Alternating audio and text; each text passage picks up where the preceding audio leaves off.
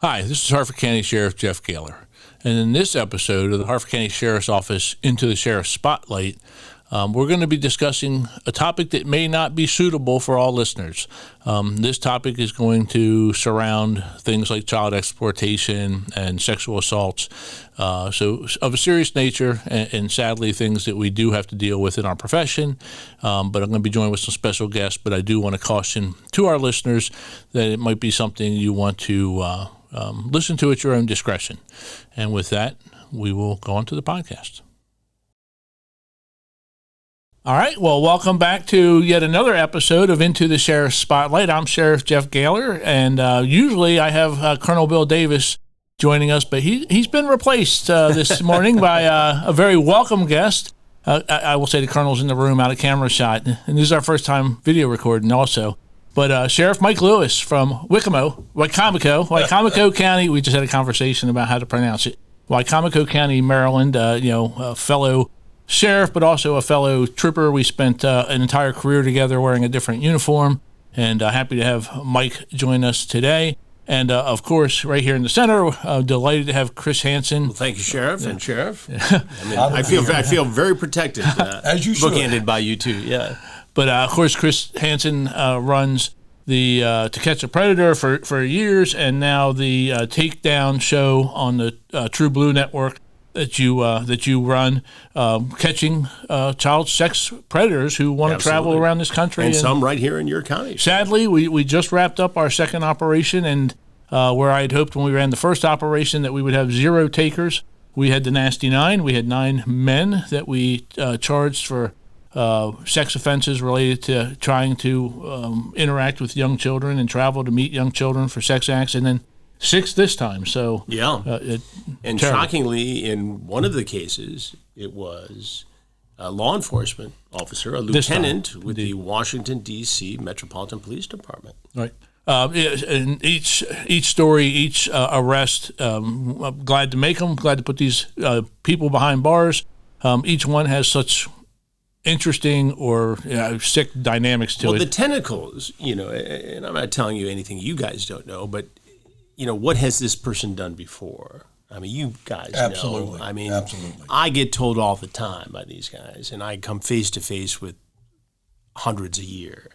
This is my first time. That's their favorite thing. Of course. I just use bad judgment. And then I hear, I just wanted to save the child. I'm the good Samaritan. I said, well, what's wrong with calling 911? We had a guy down in Alabama during a sting who claimed he was just interceding to save the girl. And I said, why don't you call the law enforcement people or child welfare services? It turns out he had the sheriff's personal cell phone number in his phone. He could have called the sheriff and said, hey, send some of your road crews over there and check on this. But he was there to exploit a child. 100%. Of course. Yeah. It's despicable. And anytime you have a law enforcement officer that's caught up in a sting like this, it just brings to light how many people truly are sick when it comes to and I do mean this, preying on our most vulnerable population, our young children. And you got a guy here, there's another dynamic, and the sheriff and I have discussed this.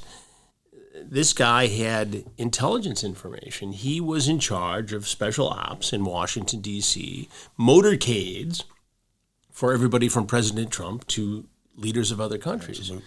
And here's a guy who could have fallen into a foreign intelligence trap and been compromised because of his behavior. And this is a guy that talked to a decoy on the sheriff's department, posing as a 15-year-old boy for 31 days.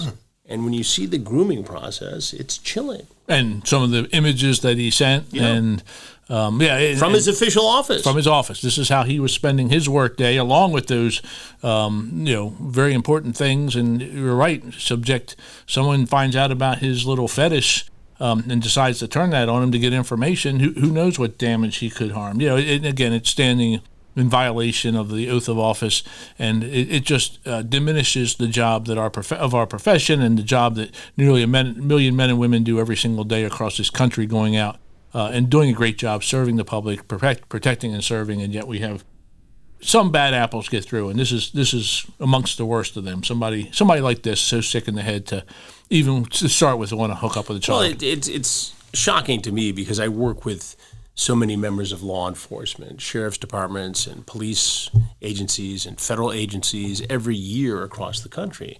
And 99.999% are dedicated people who put their lives on the line every day in stings like these and in so many other areas of law enforcement. I know that it's an aberration. And I know it's going to make headlines because it is an aberration. But I don't want it to stain anybody in law enforcement. And I know that. And I think the general public knows that too. They do. And it's these despicable acts, unfortunately, are occurring every single day. And thank God we have somebody like yourself who is bringing this to the forefront, to the public's eyes and to law enforcement's eyes. We know this is going on, so we're very eager to work with someone like you to catch these individuals, because we know they're deeply entrenched in our communities, and nobody wants a sexual predator living next door to them or in their community. So anytime we can apprehend someone, whether they're in law enforcement or not, right. And yes, it hurts us all anytime we arrest a law enforcement officer for any type of crime, let alone preying on our most vulnerable population. And think about this. One of the fellows referenced the arrest of the police officer because the Washington, D.C. Metropolitan Police Department put out a statement to get ahead of it, that this guy had been arrested.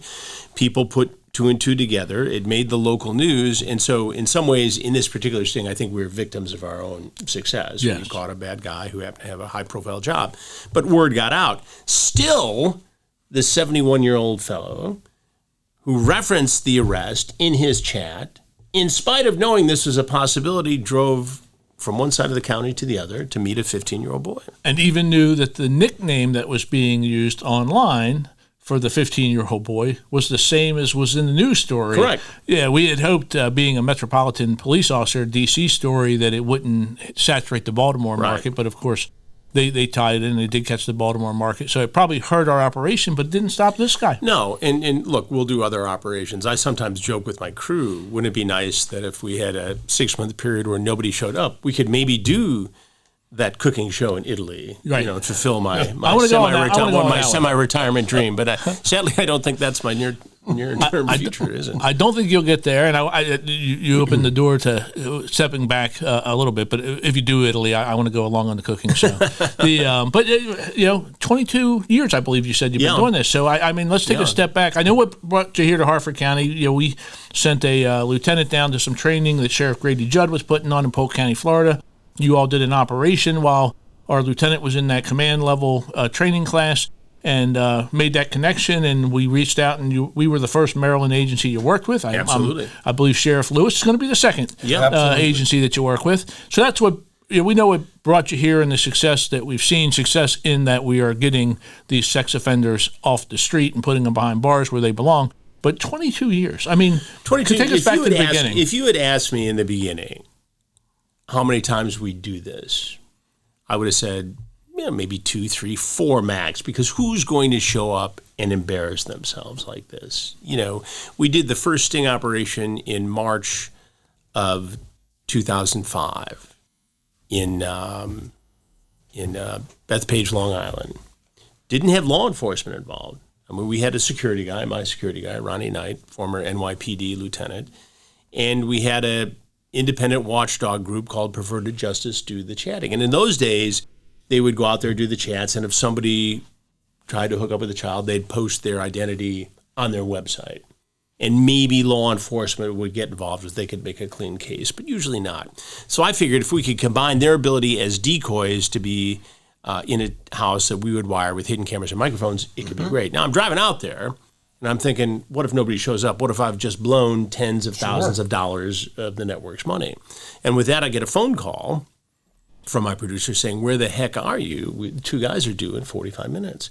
And in 2.5 days, we had 17 guys surface, 17 guys, including a New York City firefighter, right? But these guys would leave. They're in the wind after we confront them. Law enforcement wasn't involved. Now, the firefighter got charged. The feds picked up that case. But the rest of them are gone. A couple of them got dusted up in other cases along the way, but we don't know. We didn't have the ability to track them then.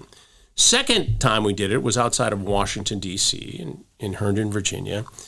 24 guys showed up. Now, we had a doctor. We had a military intelligence officer.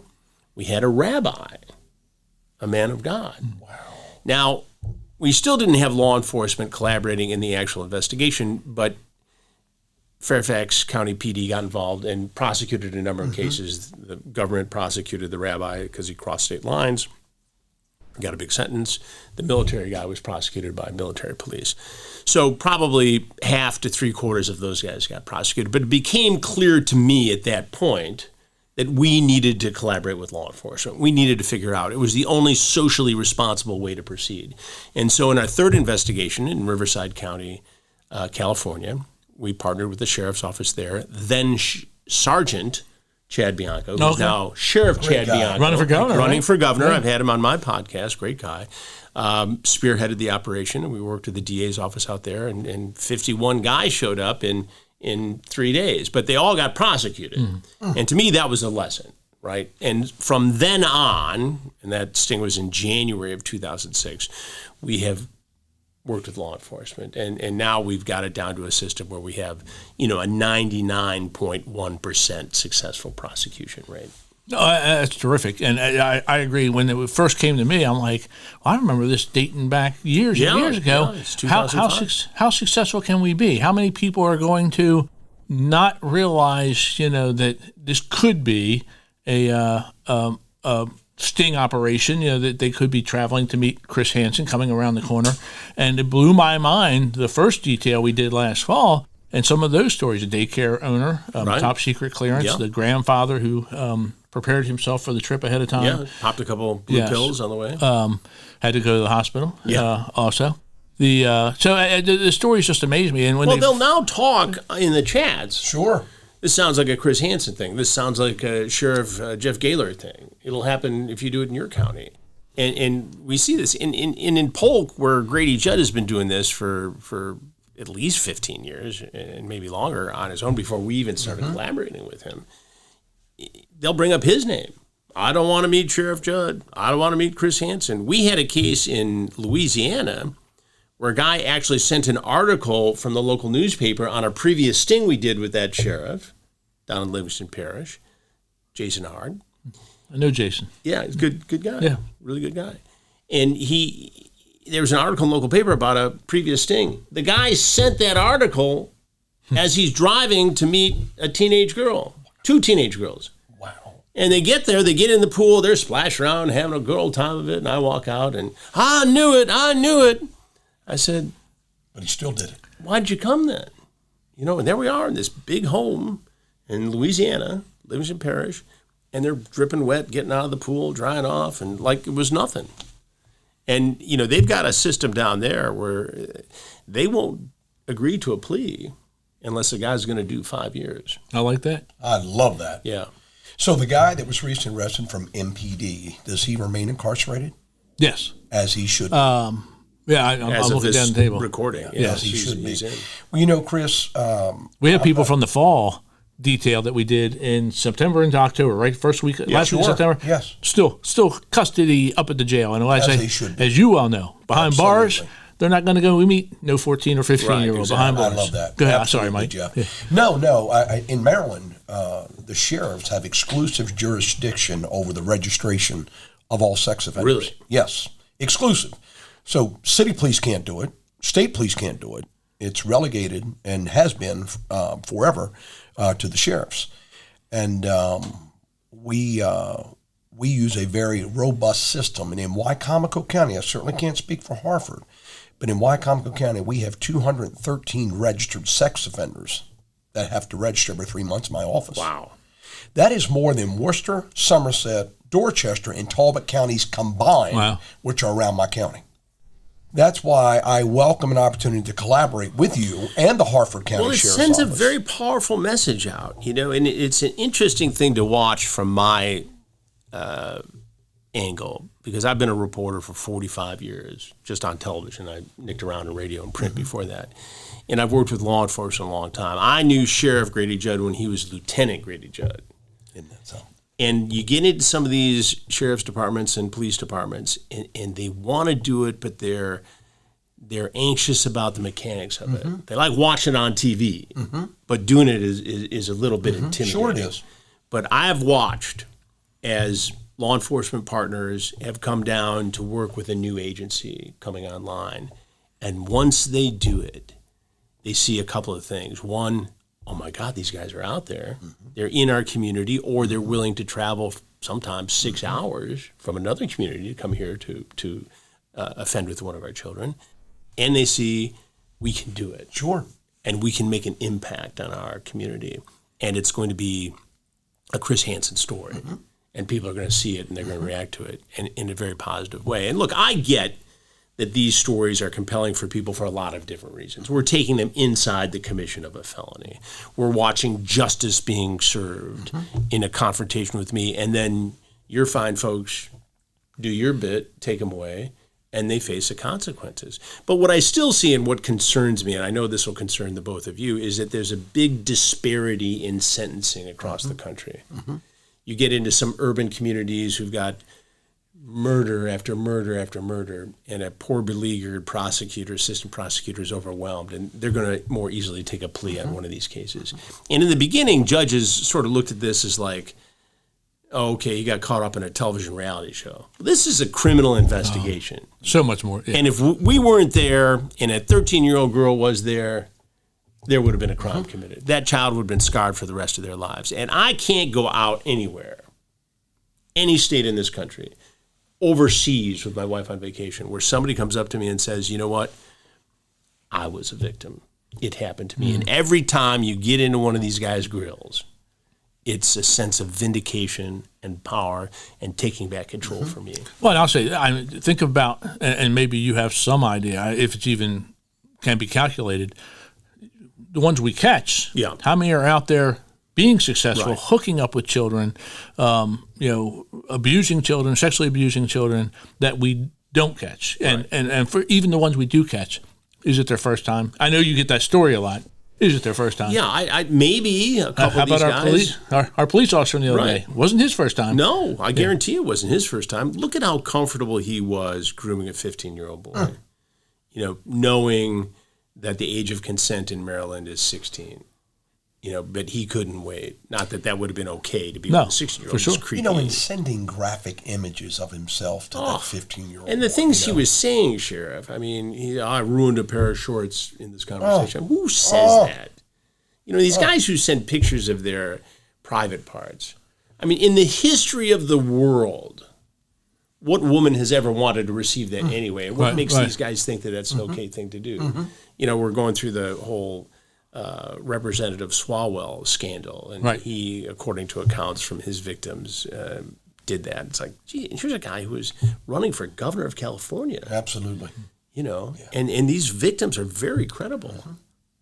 Well, how many times, have you been in, Maryland was the first time, have you been in all 50 states? We've not been in all 50 states. We continue to expand. We have done the West Coast. We've done the Southwest. We've done the Deep South, Mid-South, North, Northeast. I mean, we've been just about everywhere. I'd say we've probably done 20 states all in. Okay.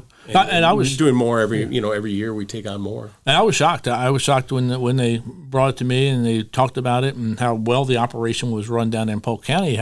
I said, well, who else have you worked with in Maryland? And the answer was they haven't worked in Maryland. And I was like shocked because I've seen the show. I've seen the we can only how many different shows have there been over the years? Right, we've probably had, I don't know, 700 to 800, maybe close to 1,000 guys. I should count them all up. The shows, but before law enforcement. Remember them well. Yeah. And I got to tell you something. I used to think to myself back then, as a trooper and as a new sheriff 20 years ago, it's very bold and courageous of you to confront these individuals, not knowing if they're armed, are they going to assault you? Well, right. Yeah. But we're protected. I mean, we everybody asks, do you carry? I said, well, not during an investigation. I'm well protected during the investigation.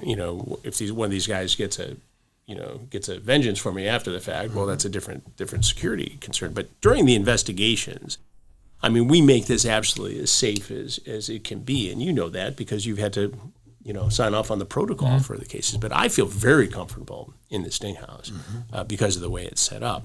I mean, obviously, it's edgy, and that's why people are compelled to watch it. Obviously, there's a dark sense of humor to it, and I lean into that because that brings attention to a very important topic to me and to you, and it should be for everybody. And occasionally somebody will say, well, don't you ever feel sorry for these guys, the younger guys?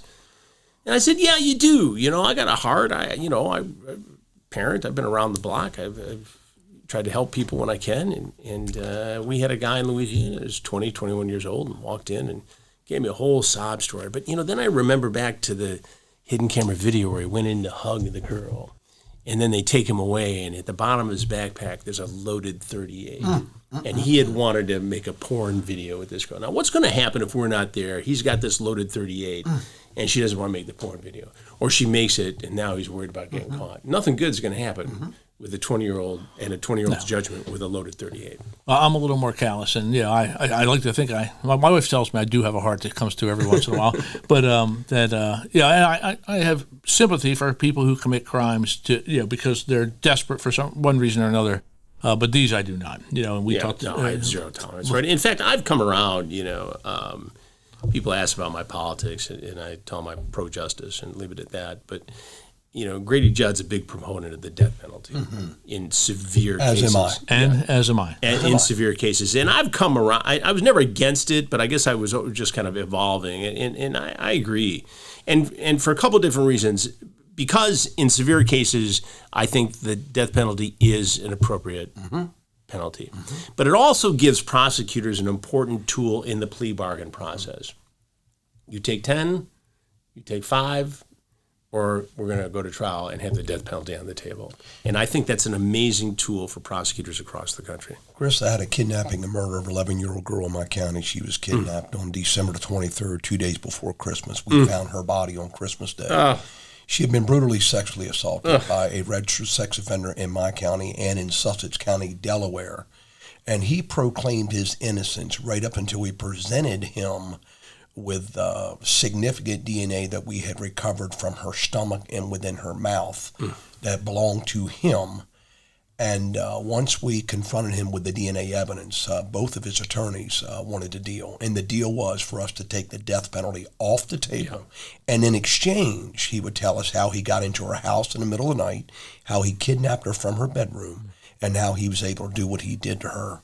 And I can tell you, you're 100% right. And we've had many spirited debates about the death penalty. And I screamed for the death penalty in that case. I wanted the death penalty terribly. And I had a woman say to me one day, she said, imagine sitting in a chair and dying alone, being electrocuted.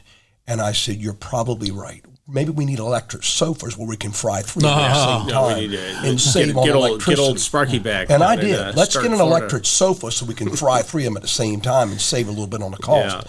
Yeah. Like Sheriff Gaylor, I firmly believe in the death penalty. And this case screamed the death penalty. It truly did. They have castration in Louisiana. Oh, do they? Yeah. Well, and one of the judges down there, when we work with Jason Hart and his team, there's a judge down there who's used it as a sentence in 2 or 3 times. Wow. I love it. I love it. I was going to say death penalty quickly. I mean, we had the Rachel Morin case here in the county. You're very familiar, and that's an individual who has been sentenced to life without the possibility of parole, and will die in a Maryland prison. But I mean, his crime was so egregious, death penalty was appropriate. That's an eligible case, obviously. But you get the plea, and if the family signs off on it, I understand it. And you also have to consider that his life in prison will not be a good life in prison. No. And I've had guys on my podcast talk about what happens to sex offenders in prison. You bet. And I interviewed a guy who was in prison, and he was in charge of federal prison, drug sentence, did his time, got out, honorable citizen today. But when he was in charge of the remote for the TV room. And these guys love to watch the Predator investigations. They'll watch them all night long. And he suddenly looked around, and it was this guy who was giving him the business in the yard, and he did not have a good. And so they'd hide the TV remote so the shows would sound, and the corrections officer say, "Hey, where's that remote?" And so the guy had to sit there and watch it until they figured out it was him in one of the stories. Crazy. I did want to ask, I'm curious, I can remember Mike was speaking about September 11th, 2001. Back then, a different world we lived in, technology-wise. So since that time, and in the 2.5 decades you've been doing this, technology, the internet, social media, all these, and you named some of these sites, I don't even want to say them because I don't want people to go visit them. that are just out there. It just blows my mind. As an average, I guess, older internet user, Right. the stuff, technology has evolved. It's changed incredibly. I mean, it used to be in the early days of these investigations, we'd have decoys in chat rooms on AOL and Yahoo and that antiquated platform called MySpace. I remember MySpace. I do too. Those kids don't even know what that is anymore. And so they're all there. And that's why we'd get 21, 24, 50 in an investigation, because they're all right there. They're all the fish were right in that pond right there. And now there's been an explosion of social media platforms upon which adults can approach children. And these range from the quick chat sites geared towards guy-on-guy hookups to all kinds of different kinks. And you've got these video games. And we recently on True Blue did a documentary on the video game Roblox, which is wildly popular, a multi-billion-dollar publicly traded company. And what we found was predators knew that kids as young as 5 years old were in these games, and they can approach them, and they quickly lead them off platform to Discord, which is wildly unregulated. They have a conversation, then it goes to chat, and once it's on chat, it's on the phone. But we started our investigation in Marion County, Florida, because there was a young man who was arrested for having at least a dozen kids do sexual stuff to each other, record it on video, give it to him, and he would distribute it. Separately from that case, there was a 10-year-old girl who was being exploited on Roblox by a man in the UK, all the way over in England. So if that's happening in Marion County, Florida, in Central Florida, what's happening in the rest of the world? Well, a lot, right? And the 10-year-old girl who was being exploited by this guy in England was homeschooled. The mother didn't allow her to get on Roblox. She was able to find out the mom had a previous unused Instagram account, got on that, used that to get on Roblox, was playing Roblox, and the mom started getting unsolicited messages on this old Instagram account from a guy asking her to do sexual things. No. And she responded and then took it right to the sheriff's office, which began an investigation. And they popped the guy in England. And it turns out he's good for a number of cases. So, it's happening in every city, in every state, in every county in America. This is going on. And Roblox has, under pressure, initiated a number of security precautions, age verification and facial recognition. And that's helped. But kids know how to get around that, and predators know how to get around that. And what's suspicious to me is, after multiple conversations with their press people and background briefings with their security people, they refuse to sit down and do an on-camera interview with me. And that tells me one of two things. It tells me two things, actually. One, there's arrogance. We created this world. We know it's best for it. And two, they're afraid. They love to go on a live morning show and talk for 2 minutes about all the whiz-bang stuff they're doing, but they don't want to sit down for an hour with me. And that shows me they're cowards. Sure. And they'll get all bent out of shape if they hear this, but that's the God's honest truth. Well, they're going to hear it. This podcast is worldwide. Yeah, I mean, it's exactly. they're certainly going to hear it. Well, they'll be looking for it. They like to know what I say. So one of the things is the technology has come it's such a different world of doing this today than it was when you first started. It's different from a year ago. Where are we going? Where does it end? I don't think it ever ends. I think it's like painting the Mackinac Bridge in Michigan. I'm a Michigan boy. When you finish painting, the first part is peeling again. It's a continual process. We're building the Key Bridge. It's just a never-ending. Exactly. It's a never-ending saga. Correct. That's a tragic thing. But yeah, it's continuing to evolve. We've got AI now. And how is AI going to be used on both ends? My philosophy is you embrace it.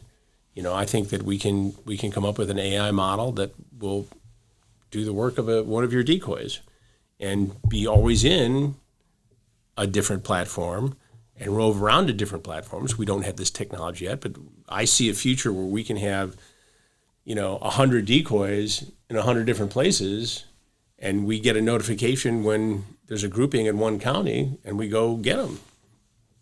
We spin them. Yeah, and I certainly believe AI. I mean, I don't think it's tomorrow, but it's coming. It's the microwave. I remember when microwave oven was the big leap forward in technology. Exactly. It certainly was. You can't live without it. A TV remote or cable television now we're dating ourselves. Exactly.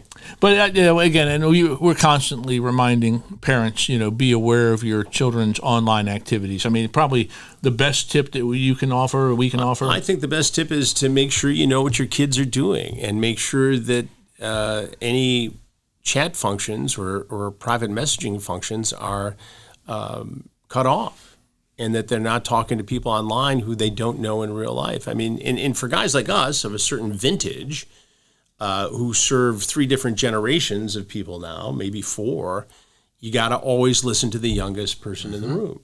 And don't dismiss anything, because they might have the newest, freshest idea on how to fight any kind of crime. Sure. And just you got to stay open-minded, and you got to let the youth and the fresh ideas help influence what we do. You know, we've got the seasoning, we've got the smarts. You know, as I tell people, you can run faster, jump higher, come on. But that hasn't happened yet in 45 years, so I doubt it will. But you do need to just keep the fresh ideas coming. And you got to tell parents that they have to be vigilant and they have to watch, because if they assume everything's all right,